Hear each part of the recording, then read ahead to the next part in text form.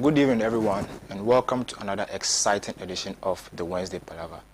Last week, we discussed the cedi depreciation and its effect on trading activities in the country. Well, today, we are going to be discussing another interesting topic with regards to the impending Founders Day, which is the 21st of this month. Well, with that being said, our topic for discussion today is Kwame Nkrumah's legacy under siege.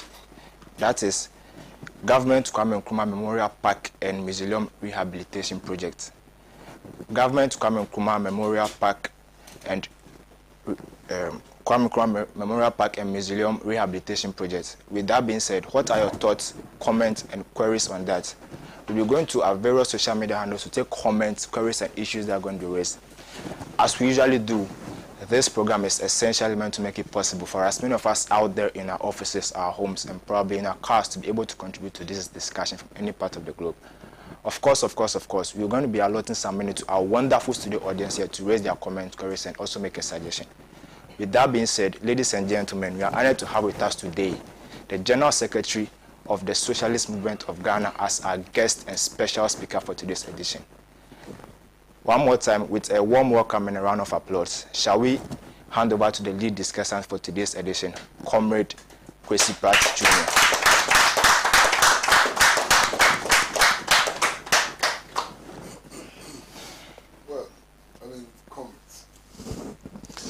On the 21st of September, we'll be marking Nkrumah's birthday. And for the Socialist Movement of Ghana, that is the real Founders Day. So a number of activities, have been scheduled to mark the day. We're going to start the day on the 20th of September, which I think is a Tuesday. And we're going to start with what we call the Placard Parade.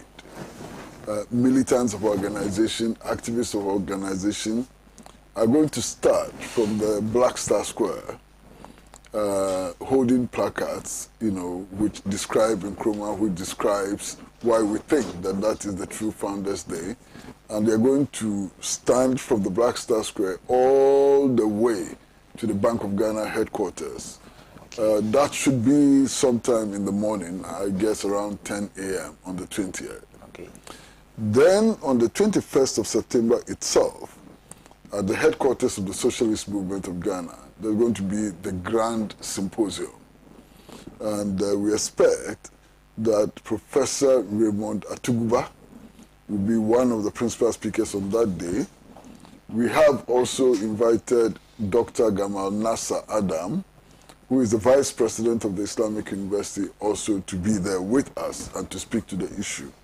And I've also been asked to make a contribution. So we'll be there at the headquarters of the Socialist Movement of Ghana to celebrate Nkrumah as the true founder of Ghana. Now, this celebration is particularly important for us because of the efforts which are being made, deliberately being made, to distort our history and to introduce other persons into the equation as co-founders of Ghana. Now, I think it's important for us, first and foremost, to make the point that this issue has been settled once and for all. We became Ghana on the 6th of March, 1957. That's when the Gold Coast became Ghana. At the point when the Gold Coast was becoming Ghana, the people of Ghana had decided who should build that new state of Ghana. The people of Ghana elected Osagyefo Dr. Kwame Nkrumah as the person who should build that new Ghana, who should construct that new Ghana. So it was that on the 6th of March, Nkrumah was the only Ghanaian selected, mandated by the people of Ghana to construct Ghana. So there's no dispute about that. There cannot be any dispute about that. The people of Ghana made their choice. And the people of Ghana started making those choices from 1951. As a matter of fact, in 1951, the election that was held in 1951, Nkrumah and the Convention People's Party had a landslide victory. Out of, I think, 34 seats which were contested, Nkrumah and the Convention People's Party won 32, decisive. The people of Ghana had chosen their heroes. the people of Ghana had made a loud statement about who their heroes were, who they wanted to construct Ghana, and the founder of Ghana. It started in 1951 when the people of Ghana made those choices clear. So all of the hula baloo, the jumping up and down, does not change that fact that at independence, the person the people of Ghana recognize as their father, their founding father, the person the people of Ghana recognize as the founder of the modern Republic of Ghana, the person who was given the mandate to construct Ghana is none other than Osagyefo Dr. Kwame Nkrumah. Finish. It's not open to debate. No debate can change this fact. And indeed, it is significant that at that, on the eve of Ghana's independence, at that midnight hour, it was Nkrumah who proclaimed independence. And he was flanked by his lieutenants. Dankwa wasn't there. Ubechi Bilante wasn't there. None of those people was there. It was Nkrumah. There was no big six there.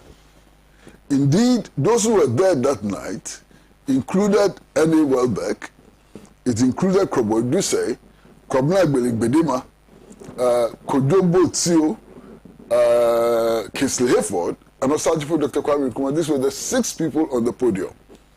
So that is also a fact which cannot be contested. Now, over the years, recent years, I mean, to be honest, over the last 5 years, some deliberate effort has been made to introduce some strangers into some so-called Big Six and to credit them with the founding of Ghana and so on. And for me, that is extremely strange. It's so strange that I cannot explain, why they're doing it. I cannot explain why they want to achieve it and so on.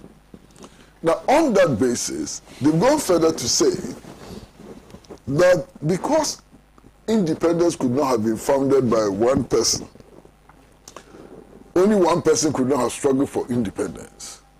The Kwame Nkrumah Mausoleum, which has been built to honor Nkrumah for what he did for us as Ghanaian people, we should introduce something they called the Freedom Walk into the Mausoleum for honoring Kwame Nkrumah and bring Dankwa, Ubechi Bilante, and others, their images, into this so-called Freedom Walk to honor all of them.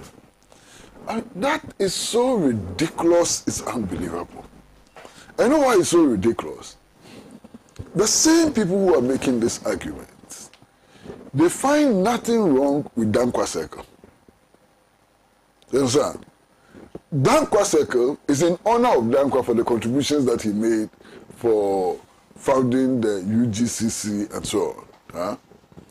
Now, can anybody, in all honesty, say that the UGCC was built by Dankwa alone?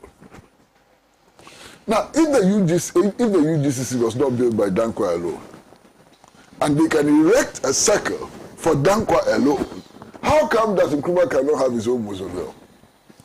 Because by extension of their reasoning, we should go and bring the image of Pa Grant, we should go and bring the image of Oforiata, we should go and bring the image of all of those people who contributed to founding the UGCC and put it in Dankwa Circle.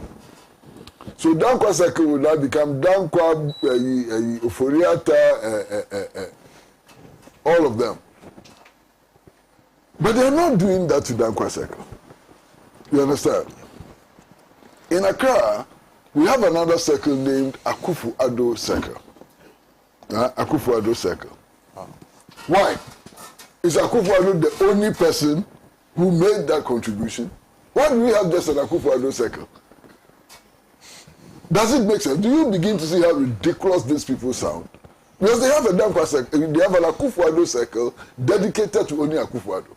Why is it that only the Nkrumah Memorial Park should have others? Why not Akufo-Addo Circle? Of course, they also celebrate the February 24th, 1966 coup. They think that was a fantastic coup. They praise the coup makers and so on. Okay? Now, they have decided that our international airport, which they did not build, that international airport was built by Kwame Nkrumah's government. They have decided that something that they did not build, they didn't contribute to building, should be named after Kwesi Kotoka, General Emmanuel Kwesi Kotoka. So our international airport is now the Kotoka Airport. Now, somebody must be explaining that to me, following their reasoning. Because from all the records we have, the coup of 1966 was not staged by Kotoka alone. Afrifa took part. So many of them. General Ankara eventually became the head of state, the first head of state after the coup and so on. So why don't we have Afrifa, Ankara, Kotoka, and all of them, their international airport? Why is it only Kotoka? So, you see, what they are doing simply doesn't make sense. Now, somehow in their minds, they have decided that Nkrumah's value should be reduced. They've decided that Nkrumah's contribution to the independence struggle should be devalued. But that is not possible. No matter how hard they try, that will not be possible. You understand? Now, they claim that Nkrumah was a nobody. They had formed their UGCC, and they went and invited Nkrumah. The first important question is, why did they go and invite a non-entity, somebody who has nothing to contribute, to become general secretary, the center of the organization? Why didn't J.B. Dankwa become the general secretary? Why didn't Akufo-Addo become the general secretary? Why did they have to go out to look for Nkrumah and bring him as the general secretary? The answer is simple. They themselves knew their limitations. They knew that they didn't have the capacity to build the UGCC to struggle to defeat colonialism. So they needed a dynamic person who had the vision, who had the energy to do the job. That is why they went out, struggled, and brought Nkrumah and as the general secretary of the UGCC. Now, it's important to recognize that before Nkrumah came into this country and was appointed the general secretary of the UGCC, Nkrumah himself had been engaged in tremendous work. He had done a lot of work to accelerate the process of gaining independence, not just in the Gold Coast, but throughout Africa. That's true. You understand? Yeah. To start with, he was the leader of the West African Students' Union, which was campaigning for the total liberation of all of West Africa from the colonial yoke. And you cannot run away from this fact. You understand? Now, most importantly, in 1945, at the Manchester Congress of the Pan-African Movement, Nkrumah had been elected as the secretary. Okay? So Nkrumah was doing a lot of work already. Before, it was the work he was doing outside. It was the work he was doing in the United States of America, the work he was doing in the United Kingdom, the work he was doing with people like Nnamdi Azikiwe and so on, which caught their attention. So before the invitation came from Nkrumah in 1948 or thereabout to join the UGCC, he had already established himself as a principal fighter for national liberation for the whole of Africa, not just for the Gold Coast. And I think it's important that we understand that. Now, when Nkrumah joined the UGCC that they are throwing at us and so on, had only three branches. The Accra branch, the Sopon branch, and the Sekondi Takoradi branch. Only three branches. The UGCC was not even in Chibi. It was not in Kumasi.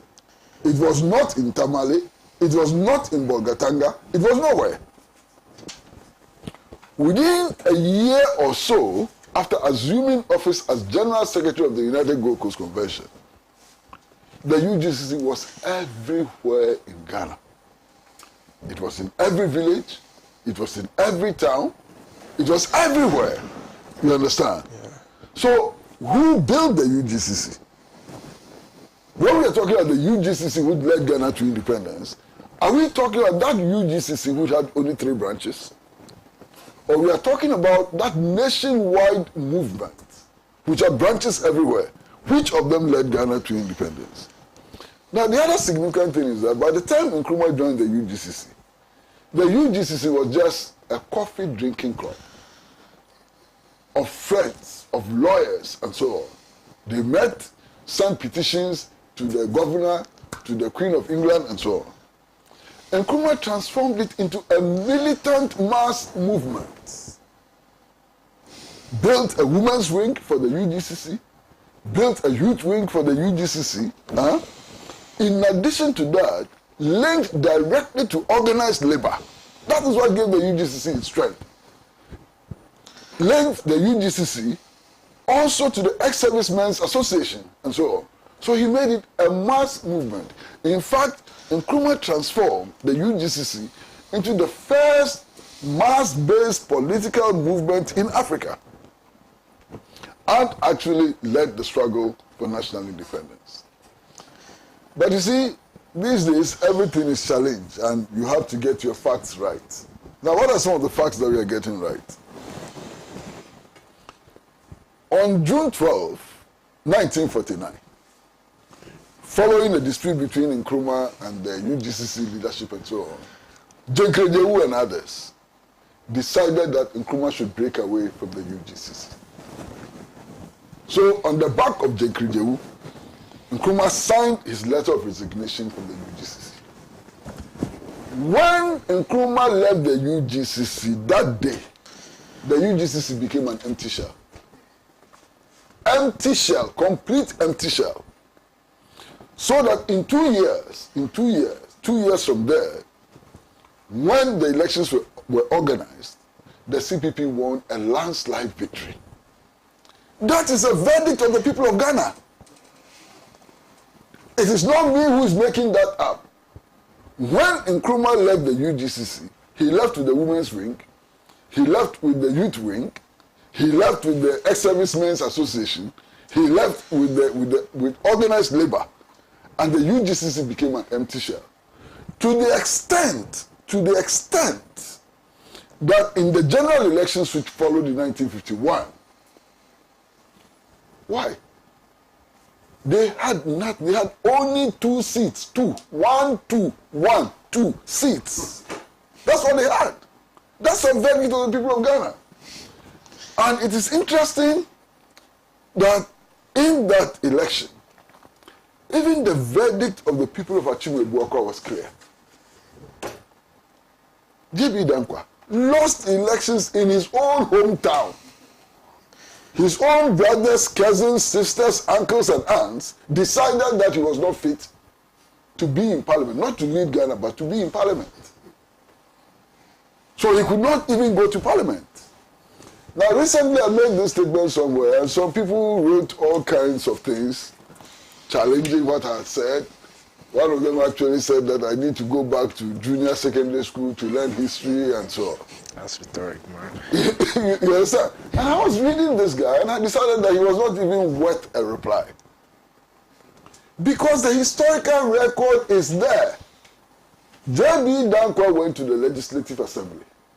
But he went to the Legislative Assembly as a representative of the chiefs of Achimwe-Buakwa, not through popular elections. Then I'm told that how many elections have I won? And that because I haven't won elections, I have no right to talk about J.B. Dankwa not winning elections. My brother, have I ever claimed to be founder of Ghana? I have never claimed to be founder of Ghana. If I claim to be founder of Ghana, and I make that argument, then I say, but you too, you cannot claim to be founder of Ghana because you didn't win an election. He is claiming, he and his nephews and so on are claiming that he's the founder of Ghana. I'm making that argument because he was rejected by his own people. Not just because he lost elections. So, if your own people in Achimwe-Buakwa say that you are not fit to be in parliament, how can you claim to be founder of Ghana? So me, I've never claimed to be founder of Ghana. In fact, I've never dreamt of being founder of anything. So I can lose elections and feel comfortable in my loss. because I'm a nobody. But those who want to create a phantom founder for Ghana, they should check the man's credentials. They should check his record. The record is clear. He didn't found anything. You understand? And then there's this argument that they make that, he is the one who actually suggested the name Ghana. It is not true. The historical record is there, clear. Lord Lugard and his wife. In fact, even before Lord Lugard and his wife, there was a priest who had traced the link between Ghana and the old Ghana Empire, the link between the Gold Coast and the old Ghana Empire. The record is there. The record is clear. As a matter of fact, the name that J.B. Dankwa suggested for the Gold Coast was Akan land. Akan land. How can you imagine that we're struggling for independence, and one of those people said that after independence we should call this space Akan land? How possible? What kind of thinking went into that? Then the other thing which is not spoken about, the referendum, which led to the inclusion of British Togoland, or what was then known as Trans-Volta Togoland, into Ghana. The campaign was led by Osajifo Dr. Kwame Nkrumah. There's no dispute about it. So if you look at Ghana as it is today, it has always not been like this.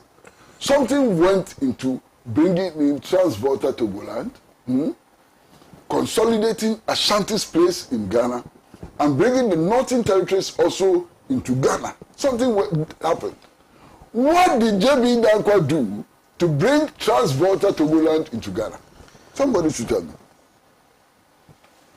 What did he do? What did Omeche Bilante do to bring Trans-Volta Togoland into Ghana? Those were the works of Osajifo Dr. Kwame Nkrumah. It was Nkrumah who put these territories piece by piece, diligently and deliberately together to build the modern state of Ghana. Finish!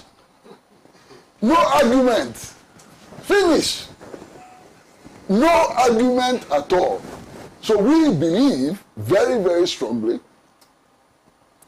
that the founder of the modern Republic of Ghana is none other than Osajifo Dr. Kwame Nkrumah.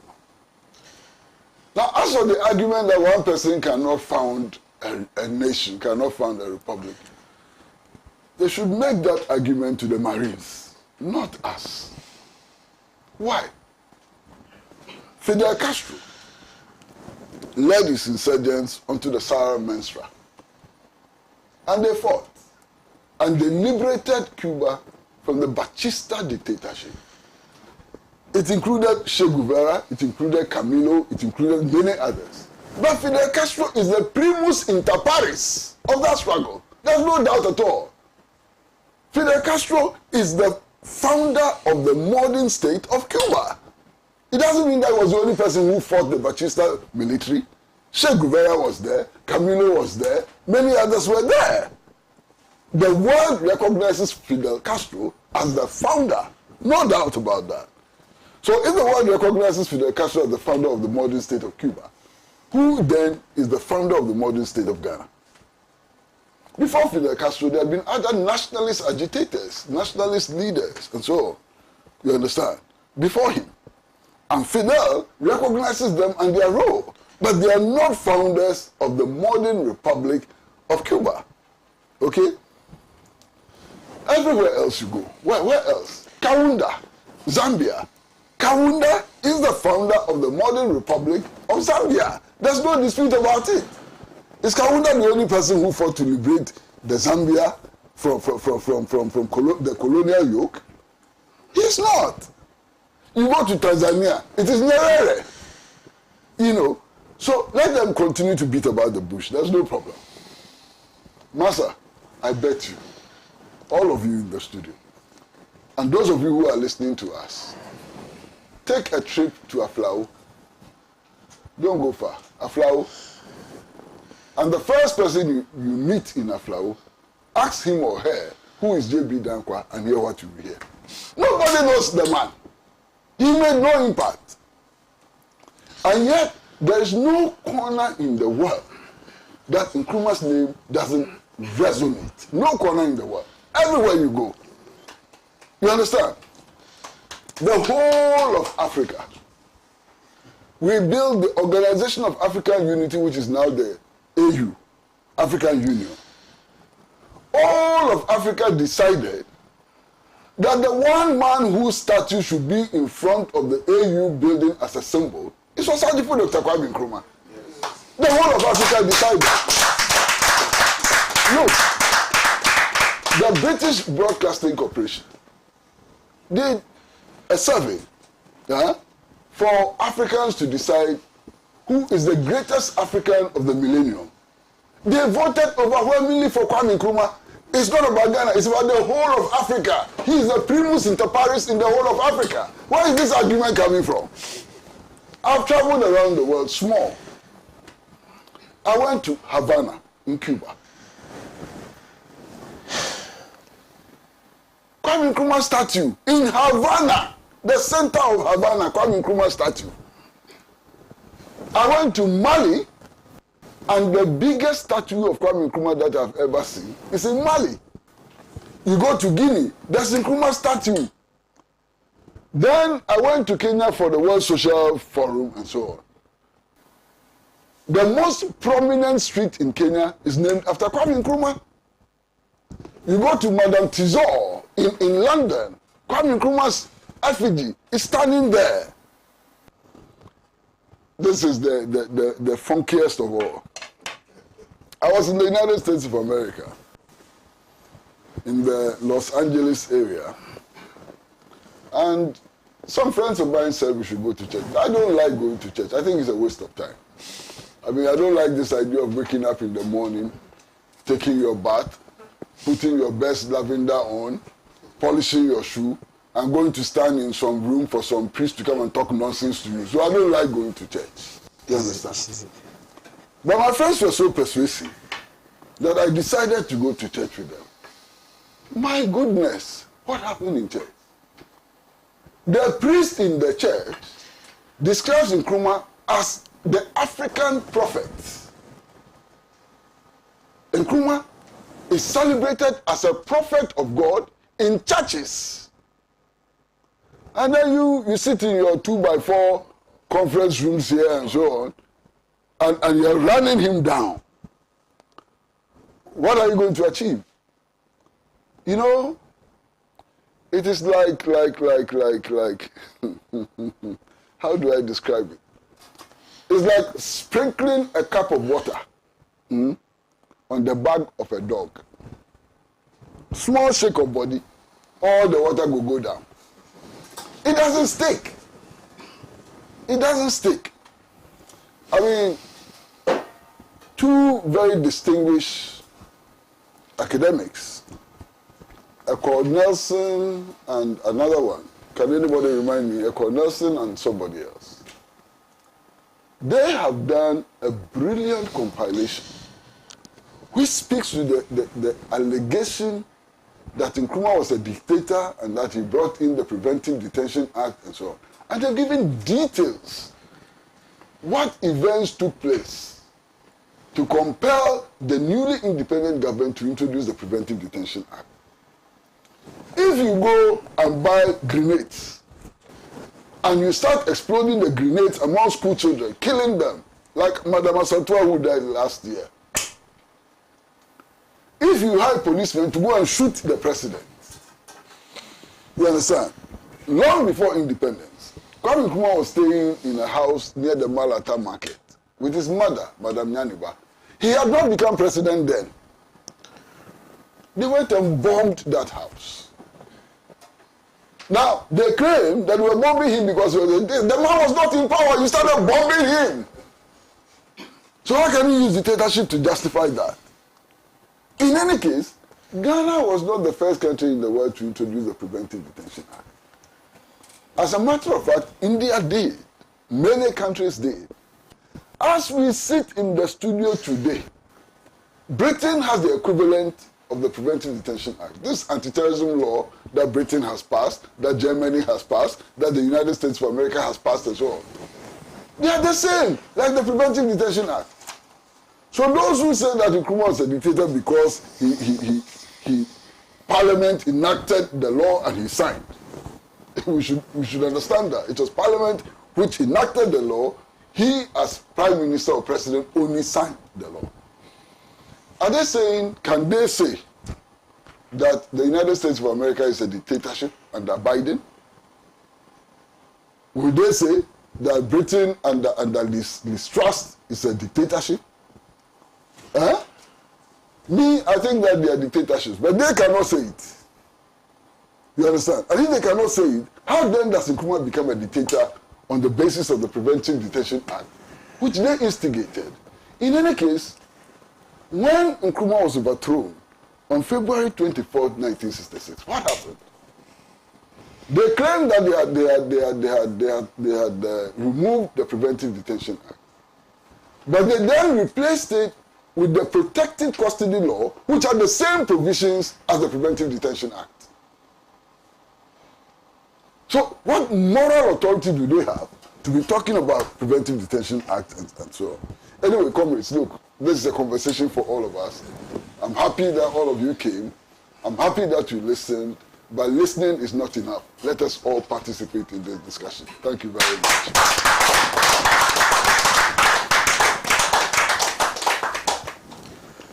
Ladies and gentlemen, that was an interesting and very educative piece of presentation from Kwame Pratt Jr. Well, as I stated earlier on, we'll be taking some comments, suggestions, inquiries from our studio audience and also our social media viewers as well. But then first and foremost, I'll be starting from our studio guests. So if there's anyone here who has a contribution, a question or a suggestion, I want to see your hands up and then we'll go in a particular order.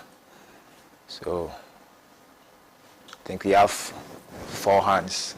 So we start from the back. Okay.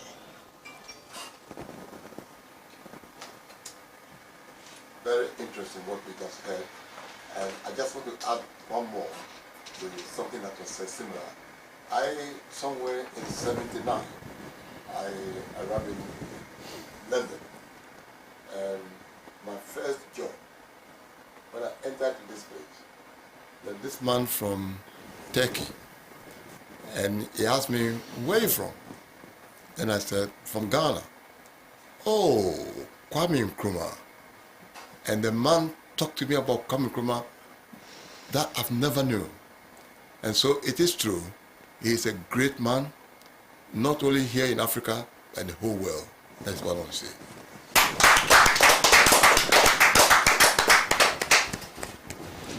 Hello. We are very grateful to our foremost comrade, Kwesi Pratt. We've been hearing so much bigger things about Kwame Nkrumah, but sometimes we do miss about the ordinary ones. The legacy of Kwame Nkrumah is actually under siege. When Kwame Nkrumah was in power, he introduced what he called the Builders Brigade, the Farmers Brigade, and the Workers Brigade. In fact, this was mostly as a result of solving all our employment problems. Look, it was overthrown, and what we are now seeing is that the youth comes out and there's nothing at all for them to do. We are now seeing that really the legacy of Kwame Nkrumah is on a siege. So we want all these things to be brought back to us, Ghanaians. Thank you very much. Good evening, comrades and our viewers. The legacy of President Nkrumah, Osajifo, the Great, can never be obliterated in the history of Ghana and Africa in entirety.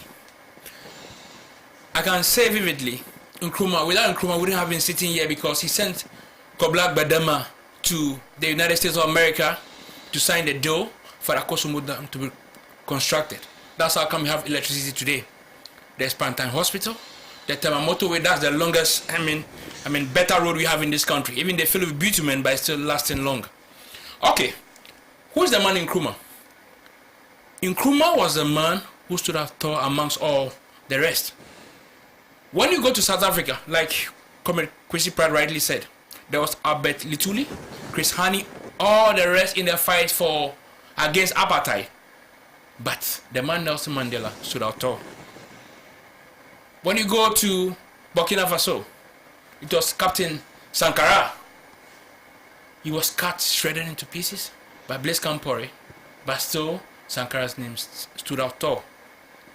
When you go to Congo DRC, Mobutu Sese Kukumbelu Wazabanga killed Patrice Lumumba. He was enjoying his Badomite villa. But today, when you mention DRC, everyone says what?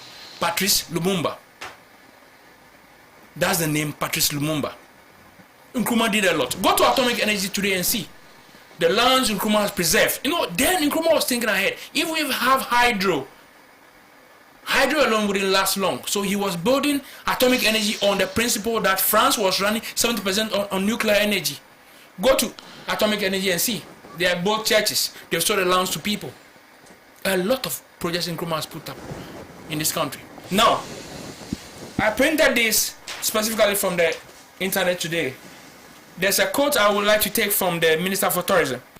He said, the park when completed would benefit the status of Ghana's first president, Dr. Kwame Nkrumah, and give recognition to Ghana's other founding fathers. This mausoleum was built by President Rawlings to honor Nkrumah, because without Nkrumah, wouldn't have been where we are in the equation of development on the continent. Nkrumah blazed the path for development on the continent. Nkrumah blazed the path for Pan-Africanism. In fact, George Padmore once said, when he met at the Pan-African Congress, he said, this guy is one of the few people he's met scholarly people, but this guy is much read.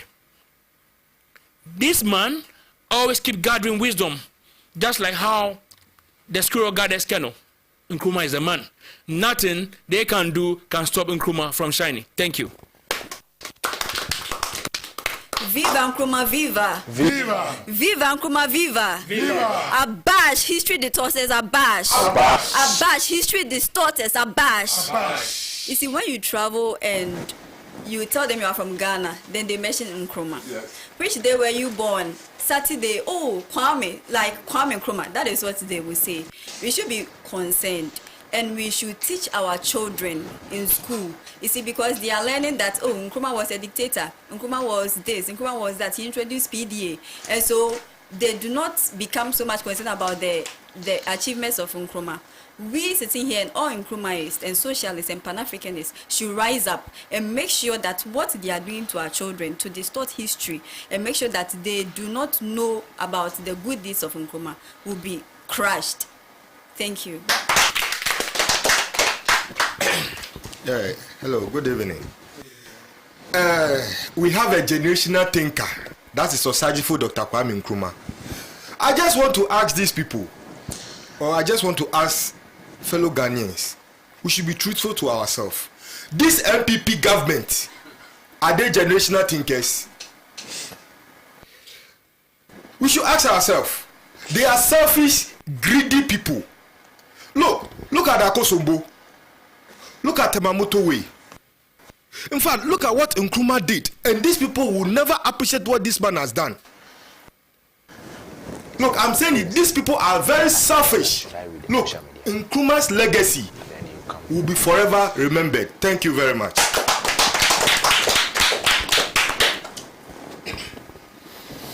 Good evening, comrades. Good evening, sir. Please, I have a little question.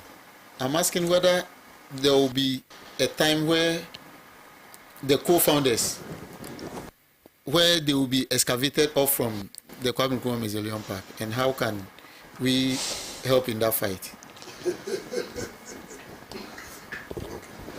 Okay, so, all right, so I'll be reading social media comments. I'm starting with Facebook to be precise. Okay, so this one says, Uncle Kwesi, please don't worry.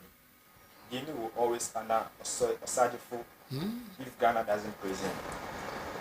This one says, that's all. We need to replay these episodes to all the anti-Nkrumahs where they belong. Nkrumah never dies. Mr. Pratt, you are speaking the actual facts. I have been doing my own researches, and all you said is true. You are truly a hero and not based on politics. If they don't understand, they can go and drink the seawater. No matter what they do, the name Dr. Kwame Nkrumah is indelible, embossed and engraved boldly till thy kingdom comes. There is only one founder of Ghana. His name is Dr. Kwame Nkrumah, and I repeat, Dr. Kwame Nkrumah. This one also says, Dr. Kwame Nkrumah, and a legend never dies. Nkrumah is still in our hearts, and his good works will do the talking. This one says, I'm really enjoying the education. Uncle, you're a legend. Don't worry yourself about these people. Okay, so that's all for our Facebook page. I'll be reading from WhatsApp as well. Okay, so this says, kudos to you in studio, comrades, and to Honorable Kwesi Pratt. It's absurd how some selected few are striving so hard to devalue the eminence of Nkrumah. Could it also be because Nkrumah is not fully a Ghanaian? Well, this is a question maybe Mr. Pratt himself will answer. So this one says, Nkrumah lives on. Nkrumah Hall at the University of Dar es Salaam in Tanzania was named after the late Kwame Nkrumah, the first president of Ghana.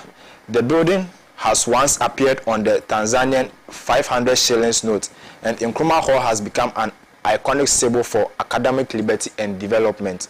Most of the developmental plans of our world today has most of the goals and objectives of Dr. Kwame Nkrumah. It is said that in Ghana, the writings in this great man are in limited supply and even expensive if you find them in the market. Kwame lives on. Good evening, Uncle Pratt. Has the history of Ghana at hand as if he is writing himself? Okay, I'm taking it again. Uncle Kwesi Pratt has the history of Ghana at his hand as if he is writing it himself. Uncle Pratt is one person in Ghana who has no size. Keep up the good work.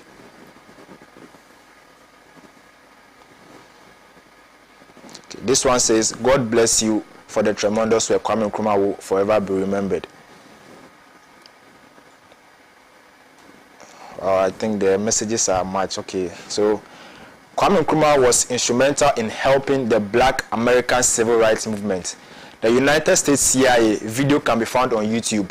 Saw Kwame Nkrumah planned for Ghana to be exactly like the USA, so they decided to turn his generals against him by telling them he was planning to be a dictator.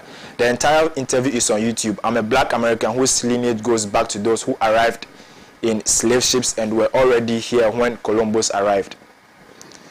Nkrumah never dies. The world celebrates him while his own people try to vilify him. I have been enlightened. God bless you. God bless and keep him.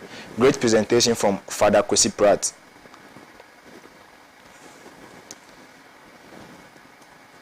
So, Mr. Pratt, would you do Ghanaians a favor by compiling in the book form all the events with dates and evidences that took place from the Socialist Dr. Kwame Nkrumah when he became the UGCC's General Secretary to his overthrow in 1966? Thank you very much for this education. This is from Stephen Obey at Bonre Ejisu.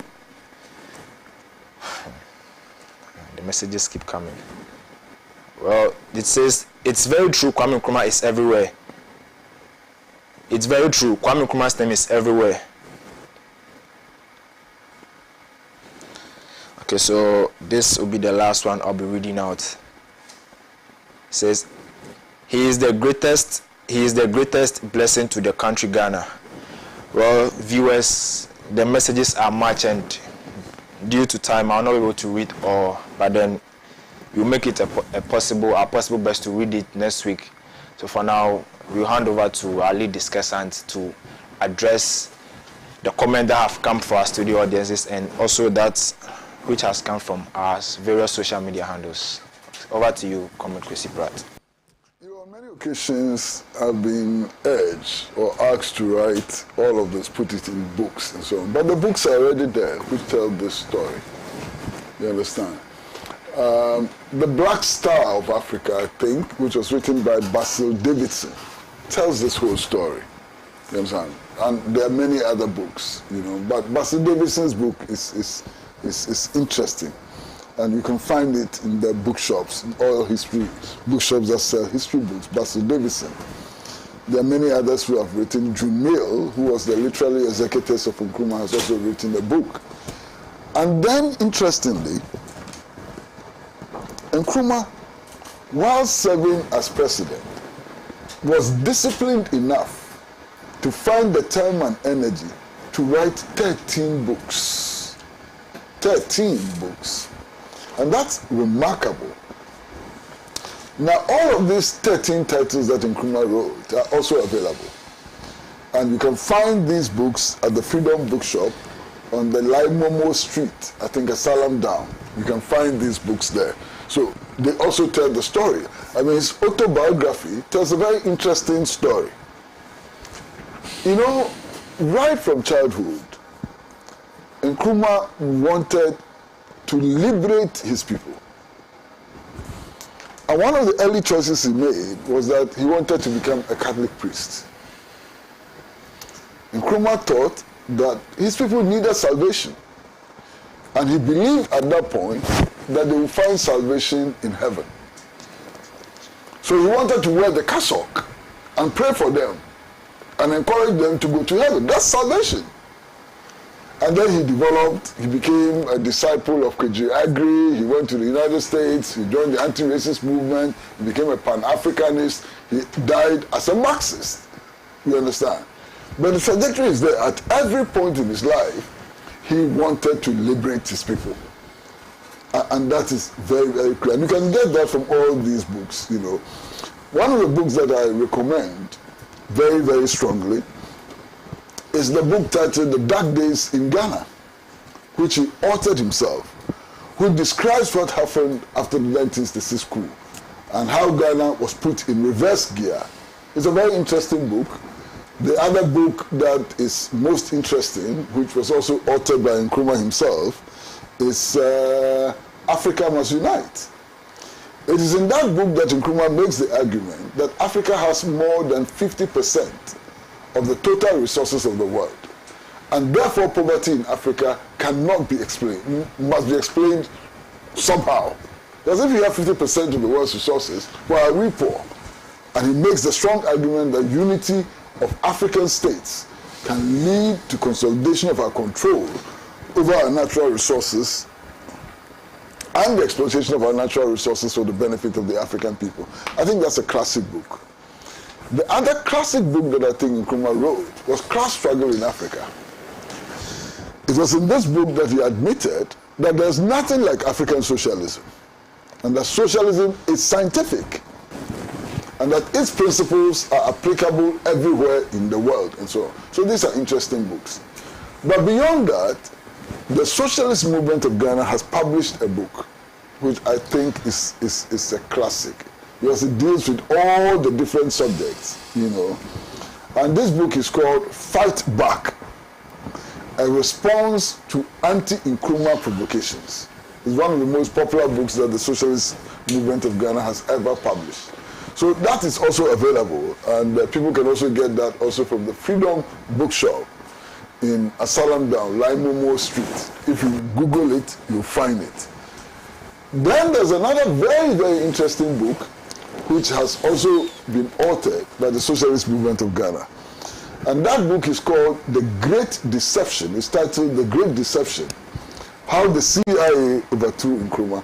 In fact, the 5th edition is just about to be published. It's also one of the most popular books. So all of these books are there. So if you want to learn about Nkrumah, please don't wait for me. The books are already there. You can read them.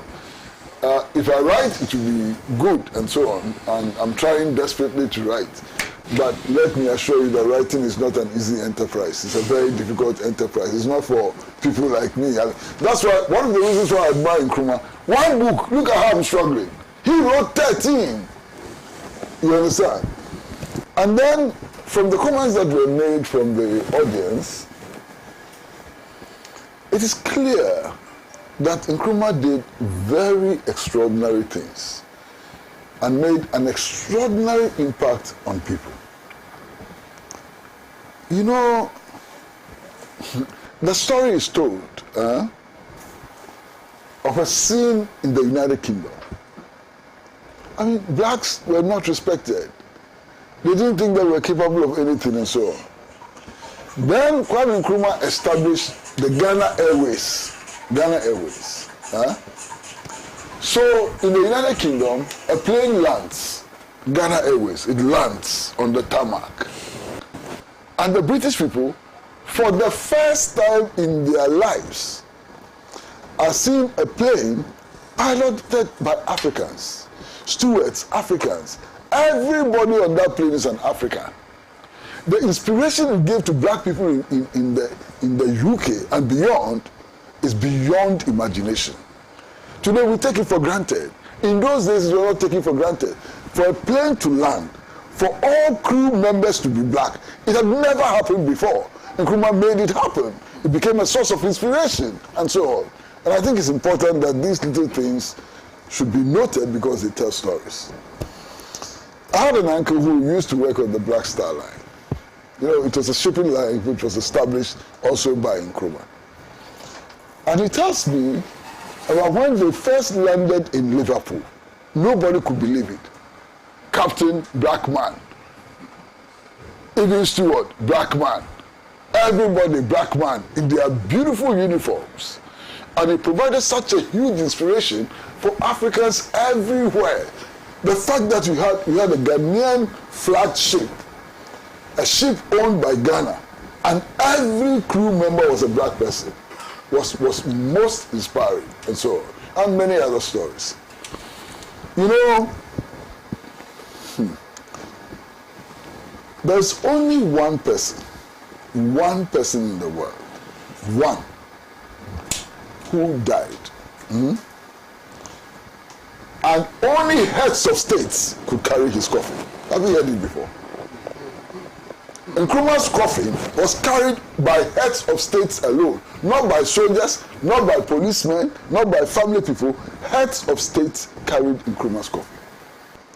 And if you see the photograph of Nkrumah's coffin being carried to the cemetery, the two frontliners carrying it are Ahmed Sekou, President of Guinea Conakry, and Fidel Castro, President of Cuba, followed by America Cabral and others.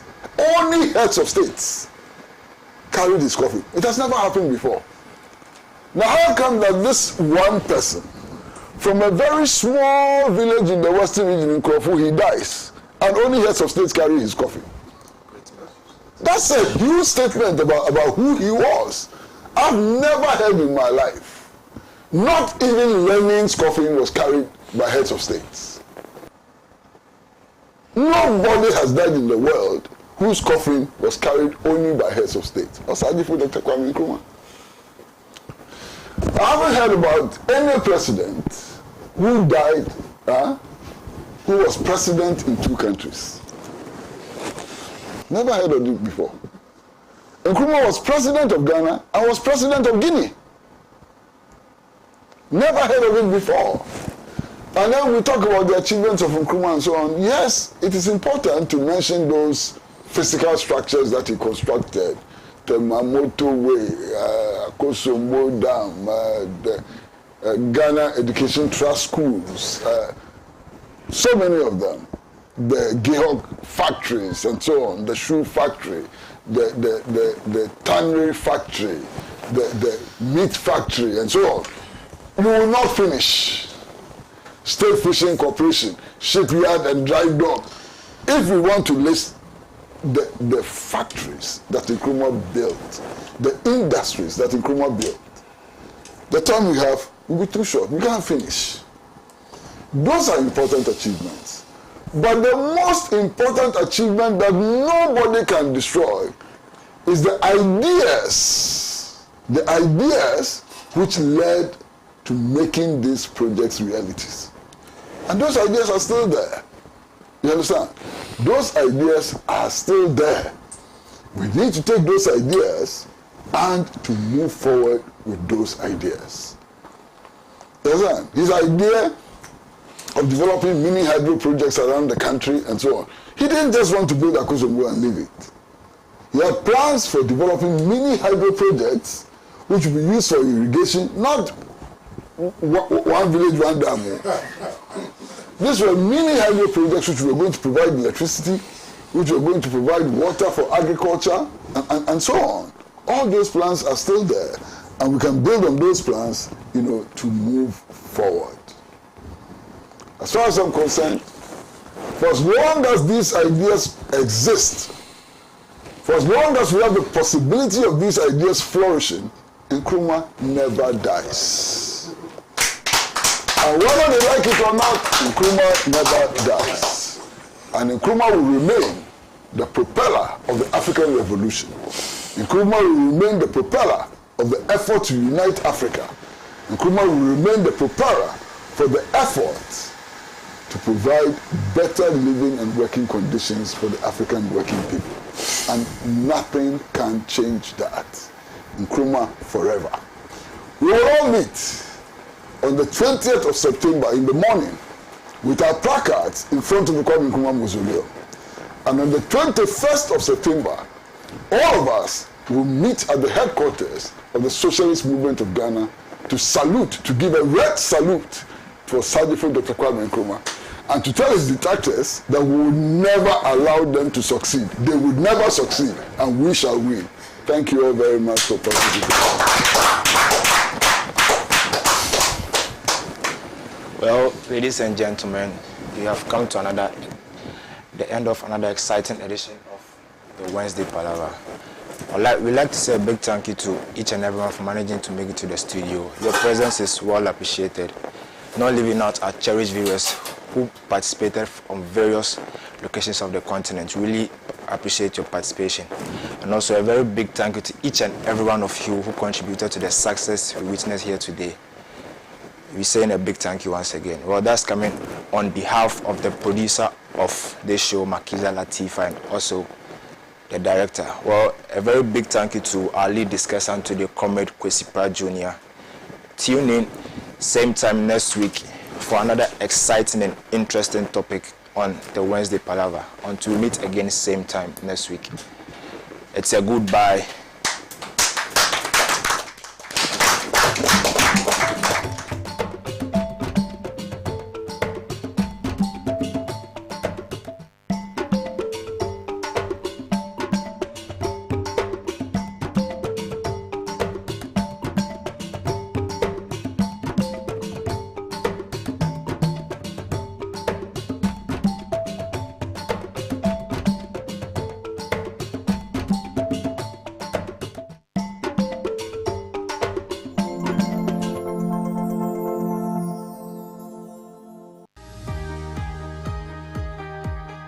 Welcome to Camp Trading and Farms Limited. We are the sole importers and distributors of FM World Rulong Plus Plus combined harvesters. We are the sole importers and distributors of FM World combined machines. If you buy from us, spare parts are readily available. Our machines can pick and harvest logged rice as well as standing rice, and is 102 horsepower. FM World tractors also have 110 horsepower, which is fully hydraulic and can break hard grounds. Our rotavators is also 102 horsepower. It works perfectly in muddy areas and in lands where tractors cannot operate. World combined harvesters come with automatic gear drive, diesel power engine, 1.77 cubic grain storage tanks, 2.2 meter curtain width, 360-degree unloading